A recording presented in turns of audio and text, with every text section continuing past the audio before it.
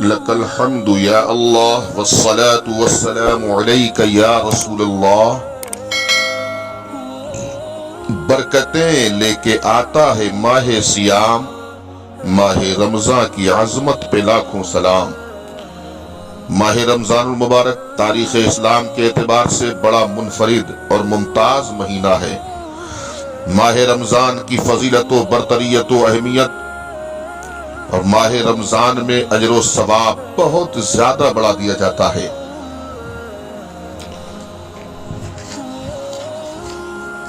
یہ وہ مقدس ماہ مبارک ہے جس کی 30 تاریخ کو مکی سرکار مدنی تاجدار حضور احمد مجتبی محمد مصطفیٰ صلی اللہ علیہ وسلم کی پیاری لخت جگر نور نظر حضرت فاطمۃ الزہرا رضی اللہ تبارک و تعالی عنہا کا وصال با کمال ہوا، یعنی 3 رمضان کو حضرت فاطمہ کا وصال ہوا۔ اسی محترم و مقدس مہینے کی 17 تاریخ کو اسلام کی عظیم جنگ بدر کے مقام پر لڑی گئی۔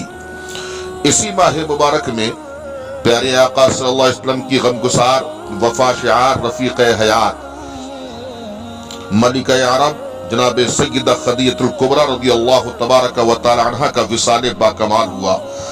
رمضان شریف کی 17 تاریخ کو ہی محبوب رب العالمین ام المومنین حضرت سیدنا عائشہ رضی اللہ تبارک و تعالی عنہا کا وصال با کمال ہوا۔ اسی بزرگ مہینے کی 21 تاریخ کو فاتح خیبر جناب حیدر اخی مصطفیٰ وصی مصطفیٰ شیر خدا حضرت مولا علی مشکل کشا رضی اللہ تبارک و تعالی عنہ منصب شہادت سے سرفراز ہوئے۔ اسی مقدس مہینے میں حضرت سیدنا ابراہیم خلیل اللہ علیہ السلام کو صحائف عطا فرمائے گئے۔ سیدنا حضرت داؤد علیہ السلام کو زبور عطا کی گئی۔ اسی تعظیم و تکریم والے مہینے میں سیدنا حضرت موسیٰ کلیم اللہ علیہ السلام کو تورات شریف سے نوازا گیا، یعنی آپ کو تورات شریف عطا کی گئی۔ اسی مہینے میں اسی عظمت والے ماہ مقدس میں حضرت عیسیٰ روح اللہ علیہ السلام کو انجیل عطا فرمائی گئی۔ ہاں یہی وہ رحمت و برکت عظمت و جلالت والا مہینہ ہے جس میں خلاق کائنات نے اپنا آخری پیغام قرآن مجید فرقان حمید لوح محفوظ سے پہلے آسمان پر نازل فرمایا۔ سامعین غور کرتے جائیں، چنانچہ قرآن کریم میں اللہ جل شانہ کا ارشاد مبارک ہے، شہر رمضان الذی انزل فیہ القرآن ھدی للناس وبینات من الھدی والفرقان۔ رمضان کا وہ مہینہ ہے جس میں قرآن پاک کا نزول ہوا، جس میں لوگوں کے لیے ہدایت اور رہنمائی اور فیصلے کی روشن باتیں ہیں۔ پیارے، یہ وہ ماہ مقدس ہے جس میں قرآن پاک کا نزول پہلے آسمان پر ہوا اور پھر 23 سال کے عرصے میں پیارے رسول صلی اللہ علیہ وسلم پر نازل ہوا۔ رمضان المبارک ہی وہ پیارا مہینہ ہے جس میں سید الملائکہ حضرت جبریل علیہ السلام صاحب قرآن جناب محمد رسول اللہ صلی اللہ تبارک و تعالی وسلم کے ساتھ قرآن کریم کا دور کیا کرتے تھے۔ یہی وجہ ہے کہ بزرگان دین اولیاء کاملین کا ہمیشہ یہ معمول رہا ہے کہ وہ اس بابرکت رحمت بھرے مہینے میں کثرت سے کلام پاک تلاوت فرمایا کرتے تھے۔ چنانچہ سراج الفقہا کاشف الغمہ حضرت سیدنا امام اعظم رضی اللہ تبارک و تعالی عنہ جن کی ہم تقلید کرتے ہیں، اسی ماہ مبارک میں 61 مرتبہ کلام مبارک ختم فرمایا کرتے تھے۔ حضرت امام شافعی علیہ رحمت والرضوان اسی ماہ مبارک میں 60 مرتبہ قرآن پاک ختم فرمایا کرتے تھے۔ کیوں؟ اس لیے کہ رمضان اور قرآن کا آپس میں بڑا گہرا تعلق ہے۔ قیامت میں رمضان اور قرآن روزے دار کی شفاعت کریں گے۔ رمضان اللہ تعالیٰ کی بارگاہ میں کہے گا، یا اللہ میں نے اسے دن میں کھانے پینے سے روکے رکھا تھا، اور قرآن عرض کرے گا کہ یا رب العالمین میں اسے رات میں تلاوت تلاوت قرآن یعنی تراویح کے ذریعے سونے سے میں نے اس کو روکے رکھا تھا۔ اللہ تعالیٰ رمضان اور قرآن کی شفاعت قبول کرے گا اور روزے دار کو بخش کر جنت عطا فرمائے گا۔ سبحان اللہ سبحان اللہ۔ اب روزے داروں کو چاہیے کہ وہ ماہ رمضان میں قرآن کی زیادہ سے زیادہ تلاوت کریں۔ کچھ لوگ ایسے ہیں جو غفلت کا شکار ہیں، تکاسلی و تساہلی کا شکار ہیں، لاپرواہی کا شکار ہیں، رمضان تو رکھتے ہیں پر قرآن نہیں پڑھتے۔ میں ان اسلامی بھائی بہنوں سے کہنا چاہوں گا، پیارے اب تو فرصت ہی فرصت ہے، اب تو تمہیں تجارت بھی نہیں کرنی ہے، اب تو تم خالی ہی خالی ہو۔ اب نہیں کرو گے اللہ کی عبادت تو کب کرو گے؟ اب نہیں کرو گے قرآن کی تلاوت تو کب کرو گے؟ اب نہیں کرو گے ذکر الہی تو کب کرو گے؟ میں کہنا چاہوں گا اور یہ پیغام دینا چاہوں گا ازہری چینل کے سامعین سے کہ قرآن اور رمضان کا بہت گہرا تعلق ہے۔ رمضان بھی تمہارے حق میں شفاعت کے لیے اللہ سے کہے گا اور قرآن بھی تمہارے حق میں اللہ سے شفاعت کے لیے کہے گا۔ قرآن اور رمضان اور قرآن دونوں شفاعت کریں گے۔ دونوں کی شفاعت چاہیے تو قرآن کی تلاوت کیجئے، راتوں میں خوب قرآن پڑھیے، طاق راتوں میں خوب قرآن پڑھیے۔ اتنا عظیم مہینہ، اتنا مبارک مہینہ تو گھر گھر رحمت بانٹتا اور برکتیں تقسیم کرتا آتا ہے۔ اب کوئی رمضان کی عظمت ہی کا احساس نہ کرے تو اس مہینے کا کیا قصور ہے؟ جس طرح انسان کو جسم کا میل صاف کرنے کے لیے غسل کرنا پڑتا ہے، اپنے کپڑوں کو صاف کرنے کے لیے انہیں دھونا پڑتا ہے، اسی طرح اس ماہ مبارک کی برکتوں کو حاصل کرنے کے لیے، اس ماہ مبارک کی عظمتوں کو حاصل کرنے کے لیے روزہ رکھنا، تراویح پڑھنا، تقوی اختیار کرنا ضروری ہے۔ جو اتنی تکلیف بھی برداشت نہ کر سکے اسے رمضان کی رحمتوں سے امید رکھنے کا کیا حق پہنچتا ہے؟ ذرا سوچئے تو صحیح، ذرا سوچئے تو صحیح، غور کیجئے۔ ایک طرف تو رمضان کی برکتوں کا بھرا بادل ہم پر سایہ کیے ہوئے ہے، دوسری طرف ہم مصائب و آرام کا شکار ہیں، دن رات تکلیفوں اور مصیبتوں سے بھرے نظر آ رہے ہیں۔ مدتوں سے کان ترس گئے کہ دنیا کے کسی گوشے سے، دنیا کے کسی خطے سے تو امن و سکون کی خبر سنائی دے، لیکن مایوسی ہی مایوسی ہے، اداسی ہی اداسی ہے۔ وہ رونقیں اب کہاں رہی؟ نہ تو مساجد میں وہ رونقیں نظر آ رہی ہیں، نہ وہ بہاریں نظر آ رہی ہیں۔ میں کہتا ہوں ارے ہم تو یہ کہنا چاہتے ہیں کہ ہمیں سکون کہاں، سکون زندگی ہمیں کہاں میسر ہے؟ کون سا ملک ہے جہاں انسانوں کی عزت و آبرو محفوظ ہے؟ آخر کہاں جائیں اور کیا کریں کہ پرسکون زندگی میسر آئے؟ تو میں دعوت دیتا ہوں دنیا کے تمام مسلمانوں کو کہ مادی سہاروں کو چھوڑ کر اسلام کا سہارا لے لو۔ یہ ماہ مبارک جلوہ فگر ہو چکا ہے، قرآن کریم کی تلاوت کر لو، ذکر الہی خوب کر لو، کیونکہ الا بذکر اللہ تطمئن القلوب۔ دلوں کو اگر آپ اطمینان قلب آپ اپنے دلوں کو چاہتے ہیں کہ ہمارا قلب جو ہے مطمئن رہے، ہمیں سکون زندگی حاصل ہو جائے، ہمارے دل کو راحت ملے، تو ذکر الہی خوب کر لو، قرآن کی تلاوت خوب کر لو۔ تو میں پوری ذمہ داری کے ساتھ کہتا ہوں جس طرح 1400 برس پہلے تباہ حال انسانوں کو نواز چکا ہے، انشاءاللہ المنان آپ کی زندگی پرسکون گزرے گی اور زندگی میں انقلاب پیدا ہو جائے گا۔ رب تعالیٰ کی بارگاہ عالی میں رو رو کے دعائیں کر لو، خوب گڑ گڑاؤ، اس سے اپنے گناہوں کی معافی مانگو۔ تم نے جو اب تک کسی کے اوپر ظلم کیا ہے تو ظلم سے باز آ جاؤ۔ والدین کی نافرمانی کی ہے تو ان کے قدموں کو بوسہ دے لو، انہیں راضی کر لو۔ اگر تم نے کسی کو ستایا ہے، کسی کی حق تلفی کی ہے تو اس سے آپ معافی مانگ لو۔ کسی کے اوپر بہتان لگایا ہے، الزام تراشی کی ہے آپ نے، کسی کی غیبت کی ہے تو اس سے معافی کے خواستگار ہو جاؤ۔ بس اللہ تعالیٰ کے سچے بندے اور رسول اللہ کے سچے غلام بن کر دیکھو تو تمہیں نظر آئے گا کہ رمضان کا برکتوں بھرا بادل ہم پر سایہ کیے ہوئے ہے۔ یہی موقع ہے، غنیمت جانیے، موقع کی قدر و قیمت کو سمجھیں۔ ماہ رمضان کے اس مبارک مہینے میں اپنے گناہوں سے توبہ کر لیں۔ تراویح اس طرح پڑھو کہ قرآن کریم کے ایک لفظ پر آنکھوں سے آنسو ٹپکیں۔ سحری ایسے کھاؤ کہ ہر نوالے کے ساتھ اللہ کی رحمت سے جھولیاں بھری محسوس ہوں۔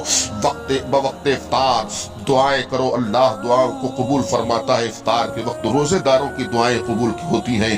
یقین کیجئے اگر ہم نے اس حال میں ایک مہینہ رمضان شریف کا گزار لیا تو اس کی برکتیں ہمیں ایسی نصیب ہوں گی کہ پھر کوئی تڑپ اور کوئی اضطراب باقی نہیں رہے گا انشاءاللہ۔ یہی مائیں ہیں جن کی گود میں اسلام پلتا تھا، اسی غیرت سے انسان نور کے سانچے میں ڈھلتا تھا۔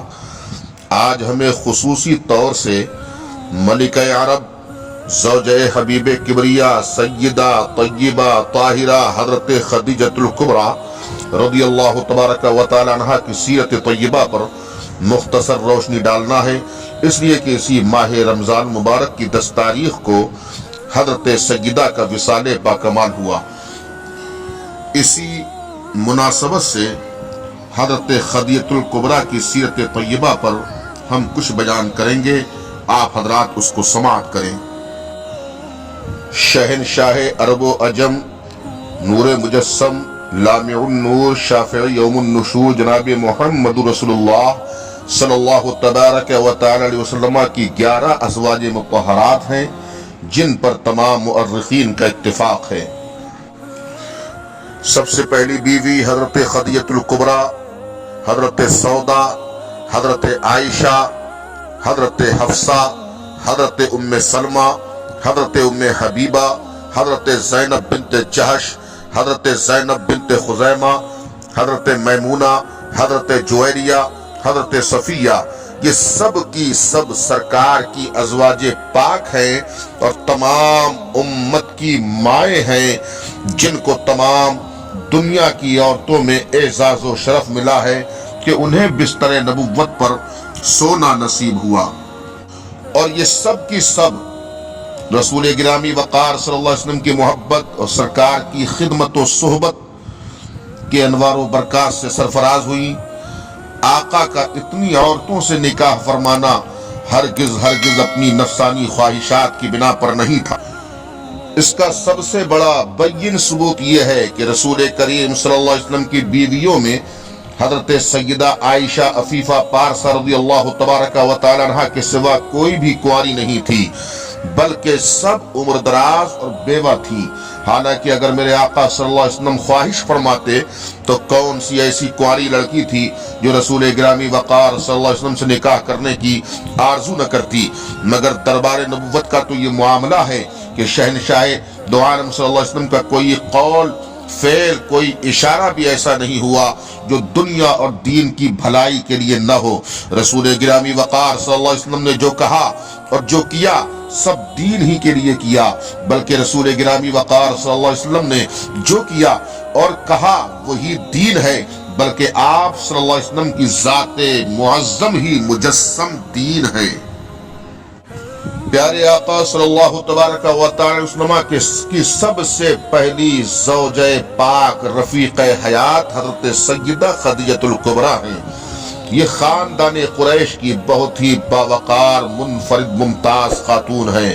ان کے والد کا نام خویلد بن اسد اور ان کی ماں کا نام فاطمہ بنت زائدہ۔ ان کی شرافت اور پاک دامنی کی بنا پر تمام مکے والے ان کو طاہرہ کے لقب سے پکارا کرتے تھے۔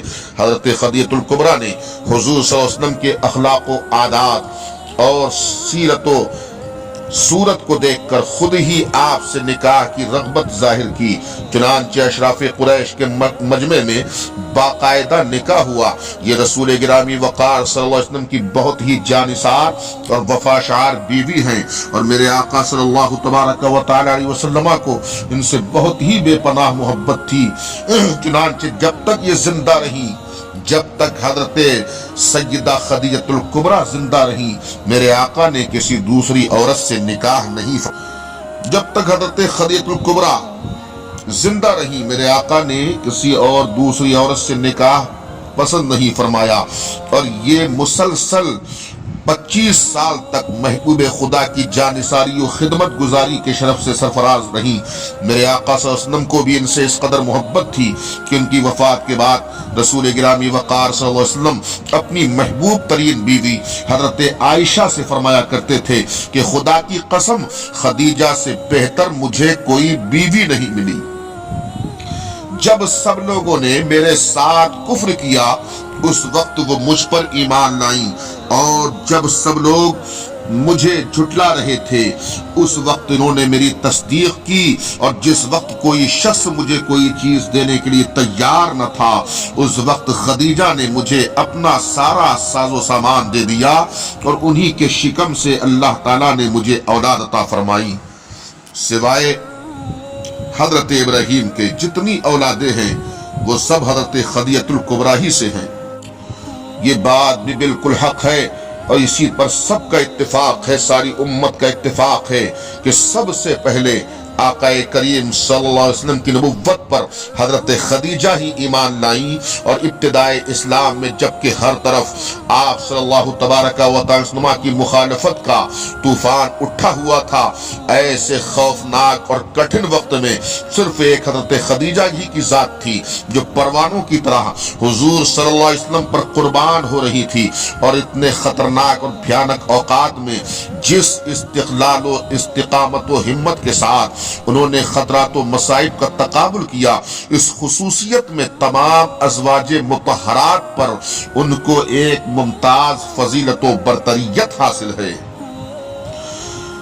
ان کے فضائل میں بہت سی احادیث بھی وارد آئی ہیں، چنانچہ حضور اکرم صلی اللہ علیہ وسلم نے فرمایا کہ تمام دنیا کی عورتوں میں سب سے زیادہ اچھی اور باکمال چار بیویاں ہیں،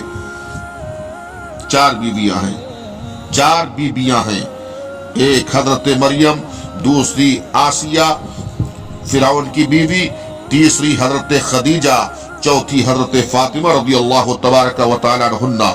اللہ اکبر!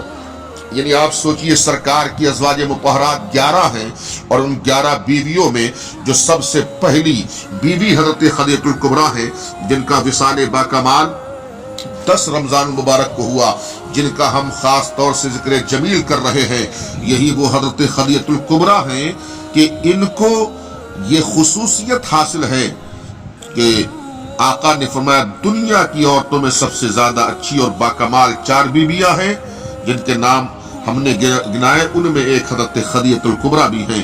ایک مرتبہ سید الملائکہ حضرت جبریل علیہ السلام دربار نبوت میں حاضر ہوئے اور عرض کیا کہ اے محمد صلی اللہ علیہ وسلم، یہ خدیجہ ہیں جو آپ کے پاس ایک برتن میں کھانا لے کر آ رہی ہیں، جب یہ آپ کے پاس آ جائیں تو ان سے ان کے رب عز و جل کا اور میرا سلام کہہ دیجئے، اور ان کو یہ مزدہ جافدہ یہ خوشخبری سنا دیجئے کہ جنت میں ان کے لیے موتی کا ایک گھر بنا ہے، جس میں نہ کوئی شور ہوگا نہ کوئی تکلیف ہوگی۔ رسول کریم صلی اللہ تبارک و تعالی علیہ وسلم نے ان کی وفات کے بعد بہت سی عورتوں سے نکاح فرمایا، لیکن حضرت خدیجہ الکبریٰ کی محبت آخر عمر تک حضور صلی اللہ تبارک و تعالی وسلم کے قلب مبارک میں رچی بسی رہی، یہاں تک کہ ان کی وفات کے بعد جب بھی حضور صلی اللہ علیہ وسلم کے گھر میں کوئی بکری ذبح ہوتی تو آقا حضرت خدیجہ الکبریٰ کی سہیلیوں کے یہاں بھی ضرور گوشت بھیجا کرتے تھے۔ جب کوئی چیز میرے آقا کے پاس ہوتی تو سہیلیوں کا حصہ نکال لیتے، حضرت خدیجہ کی سہیلیوں تک وہ پہنچا دیا کرتے تھے، اور ہمیشہ آپ بار بار حضرت خدیجہ الکبریٰ کا ذکر فرماتے رہتے تھے۔ ہجرت سے 3 برس قبل 65 برس کی عمر پا کر ماہ رمضان میں مکہ مکرمہ کے اندر انہوں نے وفات پائی، اور مکہ مکرمہ کے مشہور قبرستان جنت المعلیٰ میں خود حضور نبی کریم صلی اللہ علیہ وسلم نے ان کی قبر انور میں اتر کر اپنے مقدس متبرک ہاتھوں سے ان کو سپرد خاک کیا۔ اللہ اکبر! روایت ہے میرے سرکار نے ایسے محل کی حضرت خدیجہ کو بشارت دی جو موتی کا ہوگا، بلکہ روایتوں میں یہ بھی ملتا ہے رسول خدا صلی اللہ علیہ وسلم نے فرمایا مجھے حکم دیا گیا ہے کہ میں خدیجہ کو ایسے جنت میں ایسے محل کی خوشخبری دوں جو موتیوں سے بنا ہوا ہے، جس میں شور و غل نہ ہوگا۔ خدیجہ کے وفات کے بعد بھی میرے سرکار اکثر حضرت خدیجہ کو یاد فرماتے اور تعریف کرتے۔ آقا حضرت خدیجہ کی سہیلیوں سے بھی بڑا اچھا سلوک فرماتے تھے۔ رسول کریم صلی اللہ تبارک و تعالی وسلم کی رفیق حیات اور وفا شاہ حضرت خدیجہ الکبریٰ کی دیانت داری، صداقت و امانت میں آپ بہت ہی مشہور تھی۔ آپ تاجرہ تھی، تجارت کیا کرتی تھی، لیکن حضرت خدیجہ الکبریٰ